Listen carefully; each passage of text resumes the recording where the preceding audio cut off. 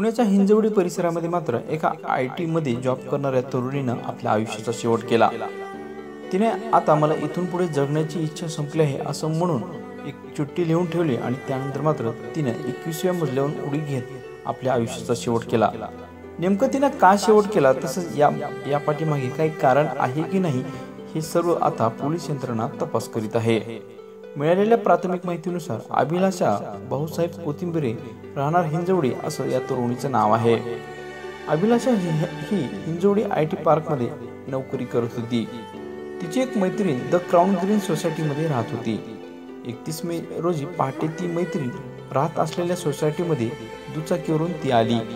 लिफ्टने इमारतीच्या 21व्या मजल्यावरती गेली आणि तिथून तिने उडी मारून आयुष्याचा शेवट केला।